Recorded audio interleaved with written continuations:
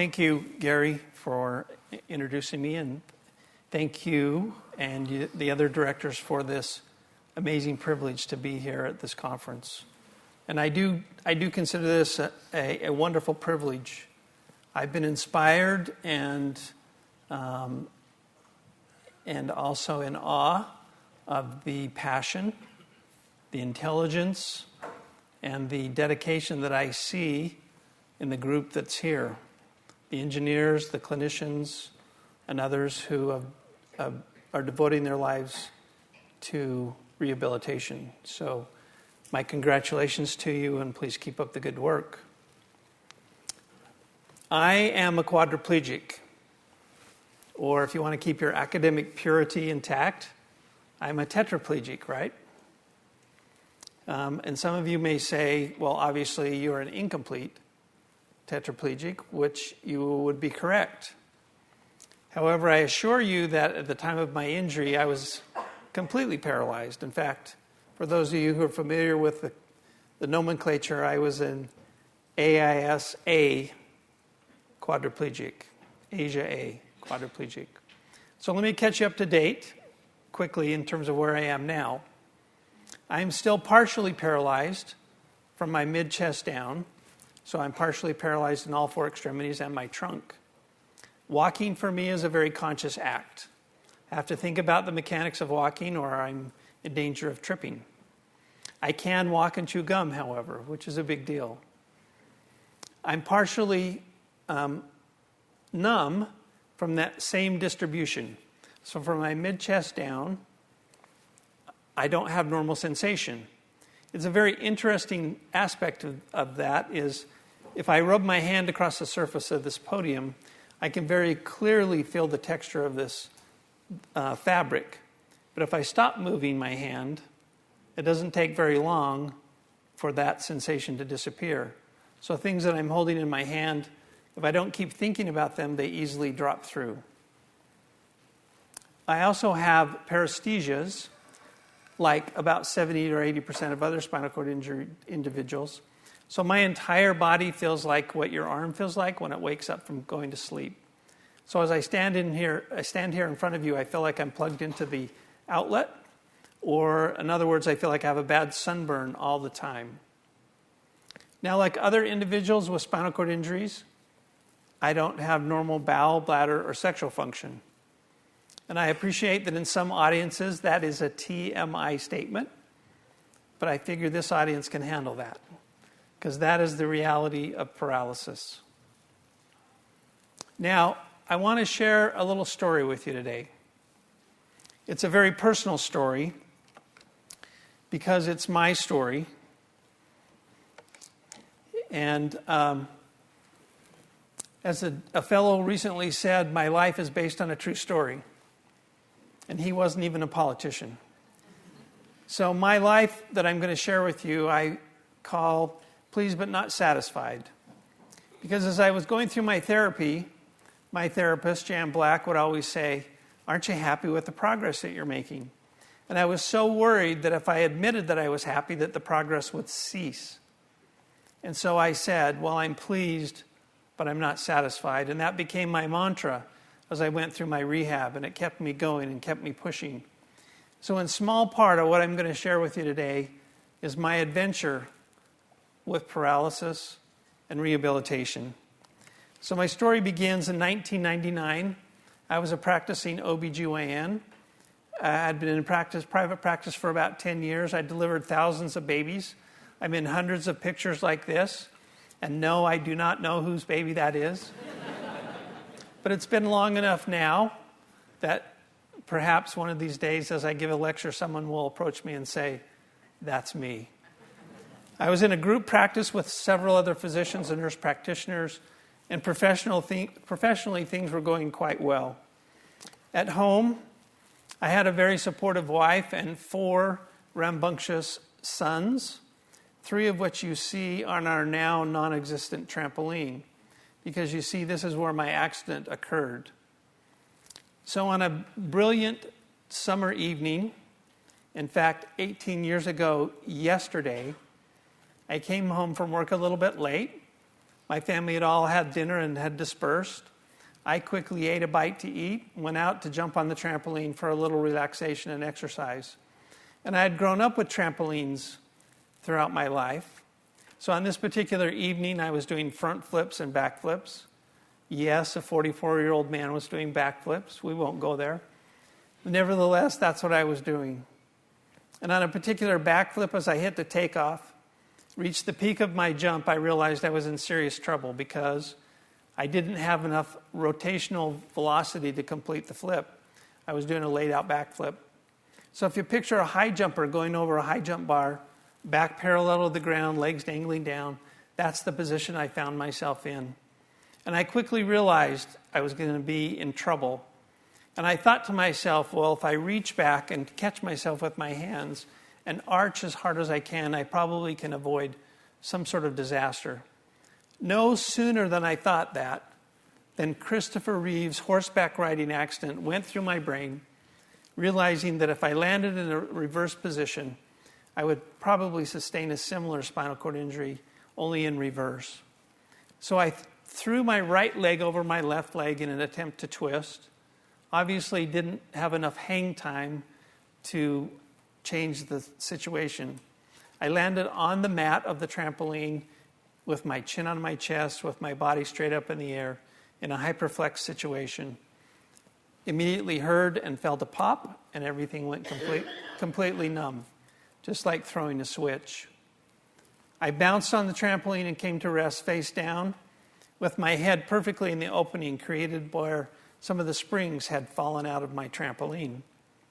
This was my first bit of good fortune because it kept my head and neck perfectly aligned to prevent more injury.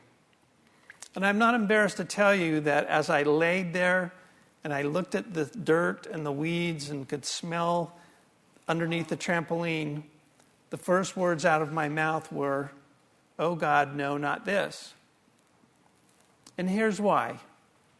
We're all going to have problems in life. That's not the secret. What I learned at that moment is it's probably going to be something that's not on your list. Because becoming a quadriplegic was nowhere in my psyche.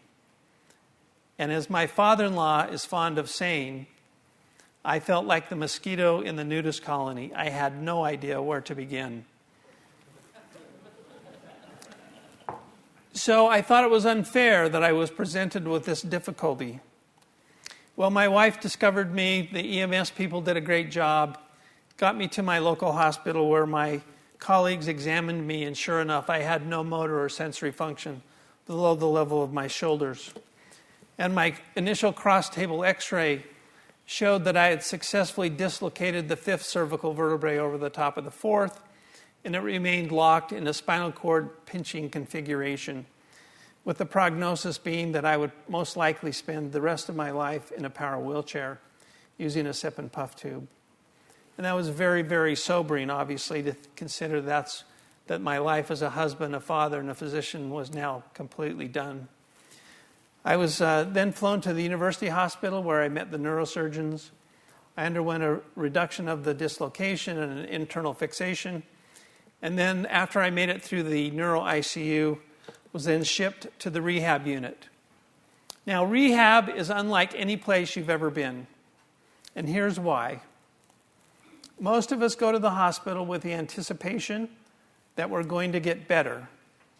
And even if we die, we're being transferred to the ECU, right? The Eternal Care Unit, we're getting better. When you go to rehab, it's because you've had a spinal cord injury, a brain injury, multiple trauma, or a stroke. You're not necessarily going to get better. You're going to get different. And getting different is something that no one has ever helped us learn how to do. And it's very, very frightening. Now, I do want to point out to all of you, if you ever find yourself in the hospital, you can stay very attractive by showing lots of leg and a little bit of shoulder.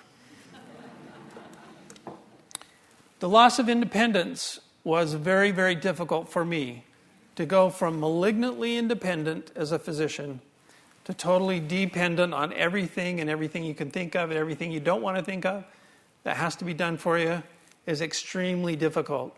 To subordinate yourself to other people as a patient is not very much fun. Let me give you a quick example. Not long after I arrived in rehab one evening, a fairly large nurse of Scandinavian persuasion showed up in my doorway and announced in no uncertain terms, "It is time for the bowel program."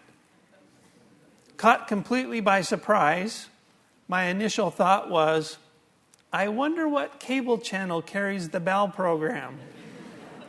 And without hesitation, she rolled me to my side, threw down a plastic sheet, snapped on a pair of gloves, and went to work, all the while carrying on a chatty monologue about the events of her day. Talk about a surreal, weird experience. I just don't think there's anything that can prepare you for that. And if there is, I don't want to know what it is. And partway through that, I looked up at this little nurse's aide standing near the head of my bed, and I said, "Is there something that you get for people who help you with this? I mean, is there a Hallmark card, or what do you do?" But nevertheless, those are the experiences that you start to have in rehab. Well, I will be forever grateful for the nurses, the aides, the therapists who gave me really excellent care as a patient. Although you do have to question whether or not it's really ethical to give rabbit ears behind someone who's totally paralyzed. Now, one of the things that I struggled with the most was a loss of self-worth. I did not feel like an acceptable human being anymore. I wasn't a doctor anymore. I didn't feel like a dad, a husband. I just felt worthless. And I was actually worried about people who were having to take care of me. I didn't want to be that SOB doctor down in room such and such that the nurses talked about. And I really struggled with that. Well, as I was going through that difficulty, there were a couple of nurses who seemed to comfort me. And I tried to figure out what it was about what they did that provided that comfort. So I paid attention. And when they would finish doing what they needed to do with me, before they left my room, they would just put their hand on my shoulder and say, "Is there anything else that you need?" And my first thought was, oh, it's because they asked. But then I realized that there were other people who asked me. And then it dawned on me. It was the hand on my shoulder. You see, what I realized is that typically patients are only touched when a task is to be performed. Bathing, moving, medicating, etc. When these people touched me when they didn't have to, it communicated to me that I was an acceptable human being to them. And I actually coined the term non-task touching to emphasize the importance of human touch, even in the medical environment. And if you think about it, the same holds true with our children. Sometimes we only touch our kids when we're bathing, disciplining, feeding, etc. Try this experiment. Do a little bit of non-task touching with your children. I guarantee you will communicate something to them that is very powerful, even though it doesn't rise to the level of consciousness. Well, this was me in my hospital bed with my sip and puff tube. I could call the nurse, I could raise and lower the head of the bed, and I could change the channel, and I figured this was how life was going to be. And I said to my wife, I will work as hard as possible to have one arm to drive the joystick of the power wheelchair. That was my only singular goal. Now, the other thing that's really weird when you're paralyzed is you lose your sense of proprioception. That is, you don't know where your limbs are in space anymore. Have you ever had your arm so asleep that you have to reach across and move it with the other one? Well, that's the way your whole body feels. So in order to counteract that, the therapist, if you look at this picture, put a mirror above my bed so as I laid in bed, I could see where my limbs were in space. Now, in the middle of the deepest, darkest tragedy, I'm always amazed by some of the funniest things that can happen. So you can imagine when people would go home at night, that's when I did all my crying and my praying. I beat myself up over the accident, and I really struggled. So I'm laying there one night, it's about 3 a.m, I'm all by myself. I look up at this stupid mirror, and the funniest thought goes through my brain. And that thought was, I finally have a full-length mirror above my bed and I'm totally paralyzed. It's like, dang it. That's not fair. I always like that second ripple of laughter that goes through with that, because I don't want to know where your brain went with that. Well, you cannot go through something like this without a supportive spouse or significant other. And I will be forever grateful for the love and support of my wife, who is here with me today, because she's a non-medical person thrown into a very severe medical situation in an overwhelming circumstance. And I say this with all respect, with all the patients that we've seen over the time, is it's a tsunami of medical, emotional, psychological, financial things that hit you all at once. Well, and I credit her faith and her support with a lot of my recovery. And as you can see from this picture, she wallpapered the walls of my hospital room with the cards and letters that people sent to me. I consider that I've attended my own eulogy because people wrote things in these cards as if I had died. And I'm very, very grateful for that. So it's pretty amazing.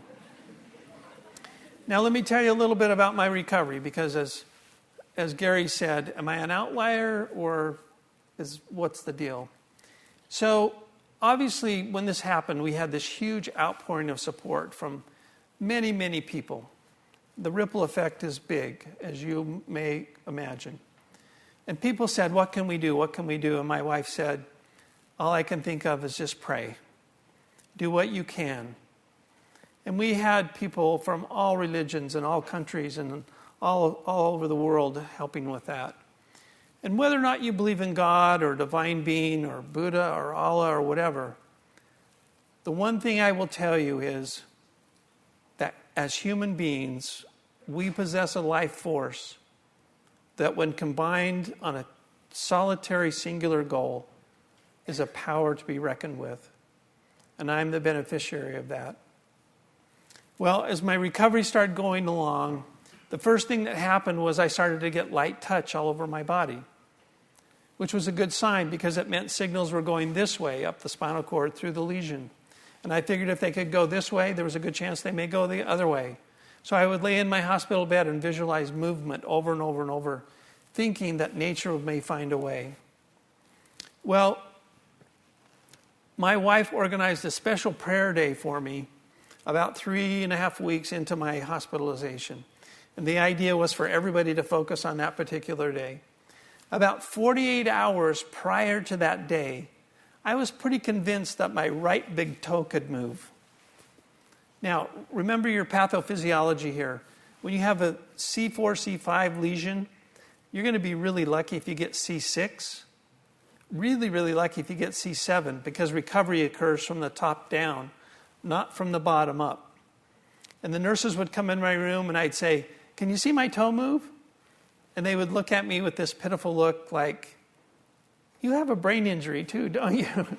Because you don't quite get this. Well, the night of this special prayer day, I was so convinced that my toe could move. I said to my wife, go get me one of those big long Q-tips with the idea that I'll accentuate the movement with this long lever arm. And I was sitting up in bed and with the covers off my legs. And as she walked around the end of the bed, I looked down and my feet went like that. And my first thought was, great, now I'm hallucinating. And I tried it again, and sure enough, I could wiggle my feet. I said, forget the Q-tip, watch this. She said, how are you doing that? I said, I don't know, how do you do it? And within about 30 minutes, I was able to twitch my calf muscles, my thigh muscles, and it was an amazing, amazing bit of progress. Well, the next day, my doctor came in the room. I said, hey, look at this. He said, well, great, how's your arms? I said, well, there's nothing. And they were totally inanimate at that point. And he said, in typical doctor fashion, well, there's good news and bad news. You've preferentially crushed your spinal cord in such a way that you've completely knocked out your arms, but you'll probably have legs. It's called the central cord syndrome. Have a nice day. Renee came to the hospital that day and I said, I'm really mad. She's like, why? You've had this recovery. I said, think about this. You're going to walk to a ringing telephone but not be able to answer it? I mean, that's kind of weird, isn't it? I'd rather be in a wheelchair and be able to push my chair. I'm a surgeon. I need to have hands. She said, well, we'll just pray that you have hands. And I'm like, Renee, look, your spinal cord has these bundles, and I'm giving her the medical information. No. We'll just pray that you have hands. Well, a couple of weeks went by. The day of the prayer for the hands came and went. Nothing happened. I wasn't surprised. The following morning, I woke up, I looked down, and I wiggled my left index finger. This is before I had biceps, triceps, wrist extension, but I wiggled that left index finger. When my wife came to the hospital that day, I said, look, you know what she said? See? So that's why I have to credit her faith with a lot of my recovery. Now, things went well after that. I started making progress. This is me accomplishing goal 1, driving the power wheelchair with the joystick. And I'm proud to tell you this is the only day I spent in my power wheelchair, because then I said, give me a manual chair. I need a new goal. I need to start working toward more recovery. I was working with amazing therapists in the hospital and could even do a little bit of a shuffling gait through the hospital. I had an amazing OT, occupational therapist, named Valerie, this little fiery redhead. And she was convinced that I was going to be able to take care of myself, to dress myself, to feed myself, and do all sorts of things. And if you look at this picture, she has this wild and wacky fork that she has with arm splints. And think about this picture. Why would you give someone with terrible motor skills a sharp object without eye protection? I mean, come on, let's think about this. Fortunately, I was able to leave the hospital with both eyes intact.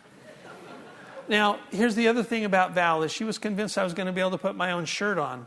So every once in a while, she would sit me up in bed, she would throw a shirt on my abdomen, I'd have to get my arms through, and then I'm trying to get this shirt over my head, right? Well, it took a long time before I had enough bicep function to even get my hand up to my face, let alone to have triceps to get it back away. So getting the shirt over your head was a big deal.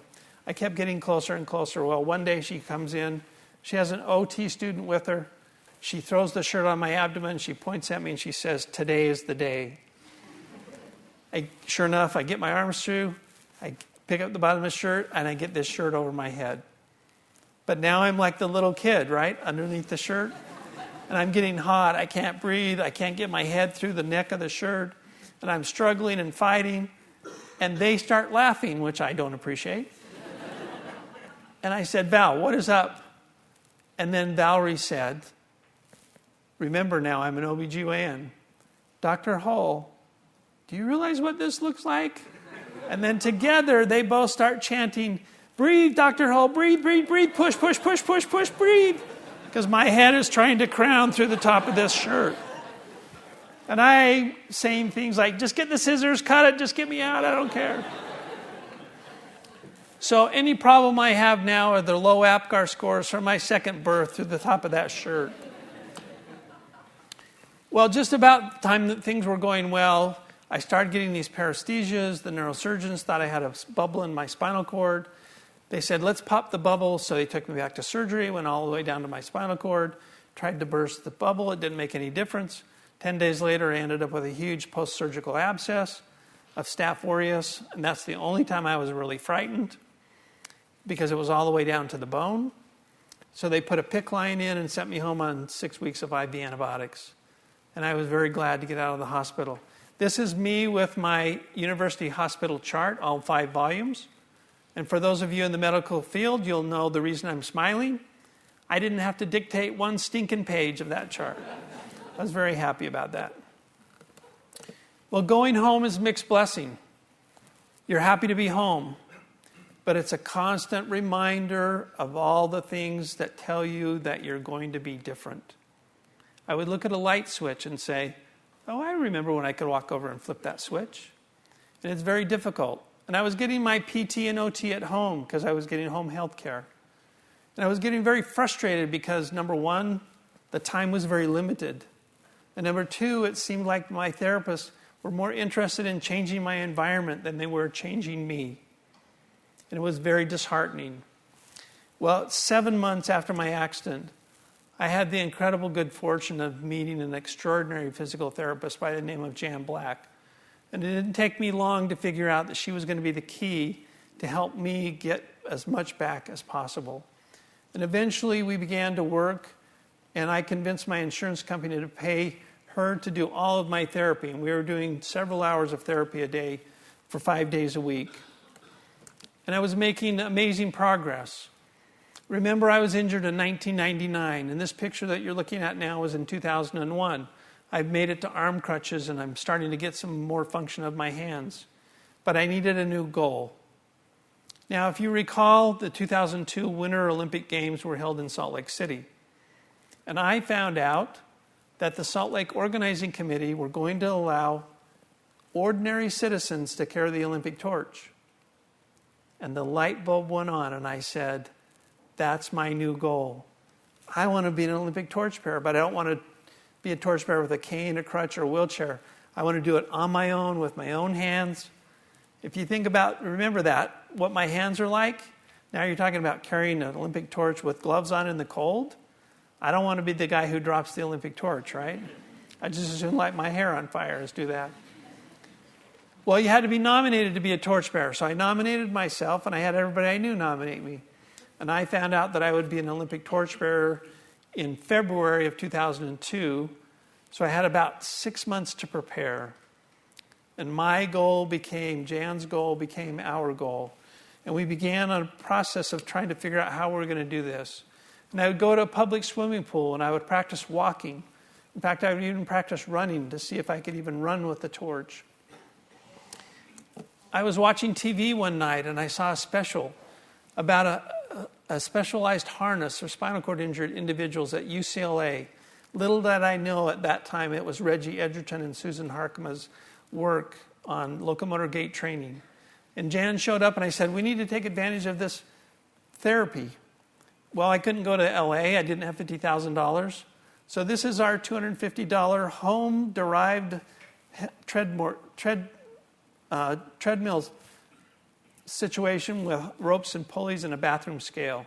And several times a week, I would get on this apparatus and practice walking. I found out the length and weight of the Olympic torch, and I requisitioned one of my son's baseball bats, hooked an ankle weight to it. I knew I had to walk 0.2 of a mile. And on a regular occasion, I took my pseudo-torch and went to the high school track and walked around that track. And I practiced changing hands and putting gloves on. And about 2 weeks prior to my actual turn, a friend of mine brought me her real Olympic torch to carry. So on February 8th, 2002, the last day of the Olympic torch relay, as the torch is heading toward the Olympic Stadium, I had my chance of my 15 minutes of flame as the Olympic torchbearer. And it is a surreal moment to be the only one on the face of the earth at that moment carrying that sacred emblem. Even more importantly, as I was surrounded by hundreds of people, friends and family and other associates and people I didn't even know who came to see me and to support me for that amazing moment. Now, to make the story even more Disney-like, I ended up passing the Olympic flame to Karl Malone, who is a Hall of Fame National Basketball Association player from the Utah Jazz, which was totally unknown to me. Now let's put things in perspective. Let's put things in perspective. If someone had come into my hospital room right after my accident and said, look, I know your life is completely wiped out. You're totally paralyzed. But in a little over 2 years, you're going to walk down the middle of a street in Salt Lake City under your own power without any assistive device. You're going to carry the Olympic torch, a 3.5-pound Olympic torch with gloves on in the cold, surrounded by hundreds of people who love you. And at the end of that, you're going to pass the Olympic flame to someone very well known. I would have looked at them at that moment and said, that's going to take a miracle. I have no idea why I am so fortunate. I just know that I am. Now, after this moment, This is the way my life felt, like a blank slate. I didn't know what to do with myself. I couldn't go back to practice, but yet I had met lots of other individuals with spinal cord injuries. They wanted what I was getting. They wanted Jan for their therapist. Jan had always wanted her own clinic. And we started saying to ourselves, is there something we can do to help our community? Is there a way that we can provide an opportunity for other people? Well, in what I tease as my made-for-TV moment, I was reading on the internet one day and ran across this quote attributed to Gandhi. You must be the change you want to see in the world. And I thought to myself, are you kidding me? Because I knew what that meant. So we got busy. We wrote a business plan. We created a nonprofit. And 13 years ago, in 2004, we rented 92 meters square room and opened up a clinic devoted to spinal cord injury rehabilitation. We had a blue mat, a pair of hand weights, a red therapy ball, and our only asset was that milk crate you can see in the picture, which is our filing cabinet. And there were about a dozen patients who followed Jan to get her amazing therapy. Well, we got busy raising money. We wrote grants. We solicited donations. And by 2009, we moved into what we thought would be forever lasting 370 meters squared space. We thought, this is all we'll ever need. It's amazing. It's incredible. Look at the equipment. And we were happy. Crazy happy, but we were happy. And we kept going. And by 2013, we realized that some of the equipment we had could help the pediatric patients in our community with cerebral palsy and other neurological conditions. And we were starting to treat brain injuries and stroke. And we even had individuals coming from other countries. This is a little girl from Morocco whose parents brought her to Utah for therapy for approximately 7 months. Well, wouldn't you know it, but as time passed, by 2014, our luxurious space had become overcrowded with equipment and staff and patients, and we knew we needed to do more. Well, through the incredible generosity of our community, Jan and I were able to design, build, and move into a now 2-level, 2,275 meter squared building in Salt Lake City. And it is in a beautiful setting with amazing scenery. And it is a great place for our staff. We have an amazing accommodation for the people that work there. This is our family waiting room with a small kitchenette and a place for patients, families to work. We have an amazing land therapy area. We've been able to add equipment and make this a nice, light, and bright space. As you can see, our views are only paralleled by those at Hokoma in the Swiss Alps, right, Carrie? So our mountain views are beautiful. Most rehab's done in hospital basements, which are dark, windowless spaces, and we wanted a nice, light, bright, encouraging space. We also have an outdoor therapy patio with a wheelchair ramp, wheelchair platforms, and 2 sets of stairs with different rides to run so we can take people out and give them real-life skills. Our land therapy area has all the traditional equipment in it that our therapists need to provide high-level rehabilitative care. But we've also been able to add some very special equipment. We have locomotor gait training. And this is the real harness that I saw on that program that night when I lay in bed. This is the $85,000 harness, and our therapists have all been trained by Susan Harkema and her staff in locomotor gait training. We also have the Locomat, which has been a big boon, both for adults and for our pediatric patients. Our pediatric patients call this their robot therapist. And as you can see, this response of this little girl with a smile on her face, this is not unusual. And these are kids who go through therapy almost their entire lives. Therapy is now enjoyable, and they have a good time, which is really important because if you understand the concepts of neuroplastic change, you have to have positive feedback. You have to bathe the brain in dopamine and epinephrine to get axonal changes. We also have a Bioness vector system that our therapists love and have become very creative. We can put it over a treadmill or an elliptical. We can create obstacle courses. But this allows the individual to challenge their own nervous system in a very safe environment. And again, our pediatric patients love this. This is a little guy with cerebral palsy. He can't run on his own, but we put him in the harness. Look at that smile on his face. I mean, he just takes off and goes. And what you'll see here is when the therapist creates a obstacle course for him, the therapist allows him to challenge his own nervous system because the child knows that if he falls, the harness will catch him. There's total confidence. When he gets to the end, he thinks he's Spider-Man because he gets to jump off the end. One of the unintended benefits that we've realized from this is this child has always been known in his family as the disabled child. Well, guess what happened when his siblings came to therapy and saw him in that harness? They were jealous that they didn't get to do that. He became the superstar of his family because he was the only one who got to be Spider-Man. And that was really beneficial psychologically for him. We also have things to help with upper extremities. We have the Armeo. We have the Bioness Bit system. This is our aquatic therapy room. We've always been big believers in the benefit of water, and we've invested in specialized therapy pools made by a company in Pennsylvania called Rehabweek. So these pools have integrated variable speed treadmills in the floor and camera systems, which promotes a heads-up posture so when the patients are running or walking, they can actually see their own legs.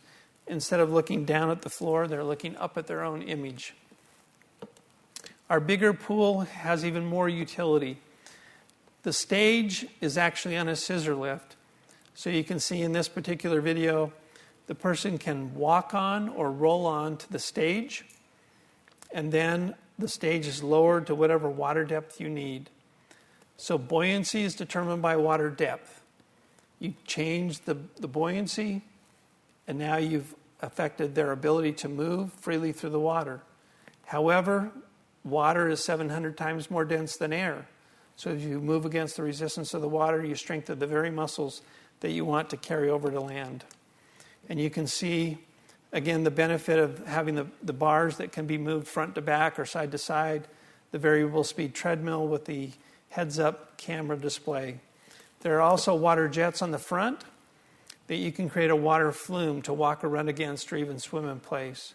And our therapists have become very skilled in just about any task or therapeutic intervention you can think of in land, they figured out how to do in water. And we're very grateful to have these pools as part of our therapy. And yes, we have our own gymnasium. And that is an NBA-sanctioned jazz logo on the floor, thanks to the family that owns the NBA franchise. They donated the money for our gymnasium. So it's a place of therapy, but it's also the home for 3 wheelchair basketball teams as their practice facility. We have a junior team aged 12 to 18. And what's amazing is none of us realized that there are actually NCAA college scholarships for wheelchair basketball.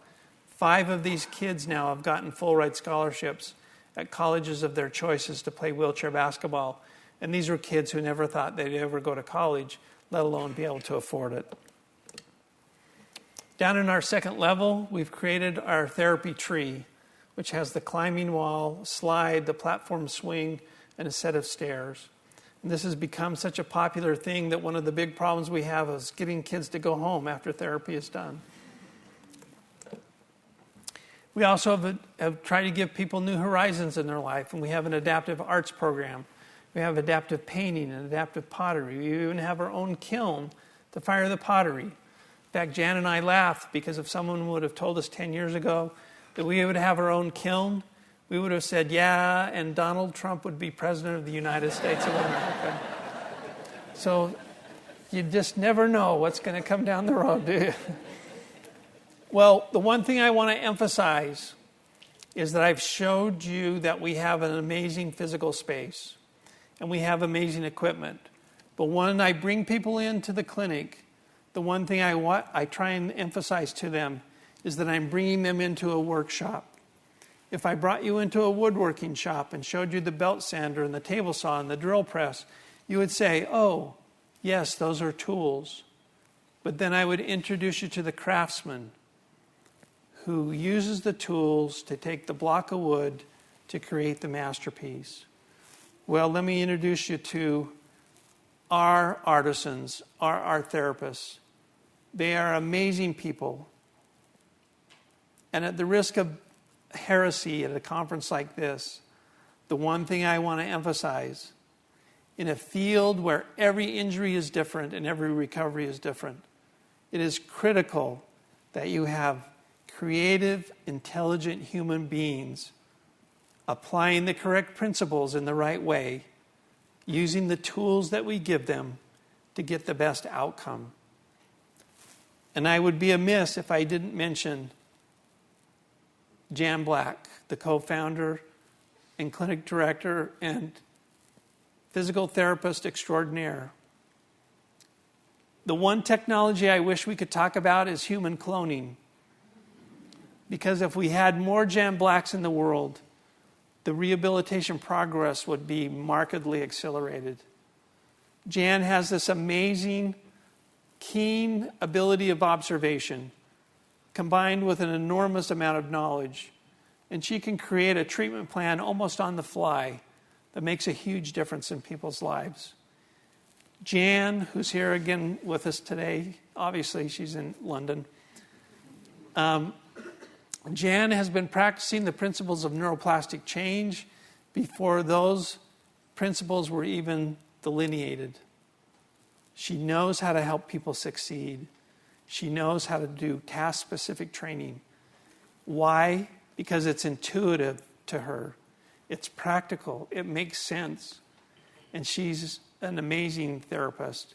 And for those of you who are thinking that you want to start a clinic like we're doing, if you don't have a Jan Black, you're in serious trouble. Well, NeuroWorks is currently described as a community-based, outpatient, nonprofit therapy center where we have licensed physical therapists and licensed occupational therapists. We bill insurance like everyone else. However, our therapists are not time constrained to those insurance paradigms. In fact, most of our adult patients get 50% more time per session, and we see them for longer periods of time. That extra time we call supplemental care, and we have to go out and raise the money to make that happen. This year alone, we'll probably have to raise about $350,000 to do that. We provide charity care. We have a very affordable self-pay program, and we always tease that we have a terrible business model, but we have a great people model. Because giving them the expertise combined with the equipment, with the extra time, we see people make extraordinary progress. And that is a huge benefit for our community. So what is this all about? What is this all about for us? This is about people whose lives have been totally devastated by catastrophic circumstances. It's about people whose lives have been turned upside down as change chose them, and now they're trying to choose to change. Most people just want a chance. They just want an opportunity. We know that walking is the holy grail of paralysis. And we know that we're not miracle workers. Not everybody's going to walk. But we also realize that if we make their spirits walk, we've still done a good thing. There are those in the community who have criticized us as creating false hope. But what I want to remind all of us is that false despair can be just as destructive. So now you see why after 18 years, I'm still pleased but not satisfied. And it is people like you in this room that we need to help move this all forward with your creativity, with your dedication and your passion, because we know that we can do more to help these individuals. Now, this whole process that I've been on, this 18-year adventure, has had incredible learning for me. The people I've had a chance to meet are amazing people. In fact, it's been so amazing that if God, Buddha, or Allah, or Bill Gates, or Winston Churchill could stand beside me and say to me, I'm going to touch you, and when I touch you, you'll be made whole again. But you'll have to forget everything you've learned. I would say, don't touch me. I don't know why I am so blessed. I just know that I am. But I do know that people like Jan Black and other clinicians, other engineers and other therapists are moving things forward in a way that will bless more and more people every day. I hope that whatever adversity you face, whatever challenge you want to take on, that you're as blessed as I am. Thank you very much for your attention, and God bless.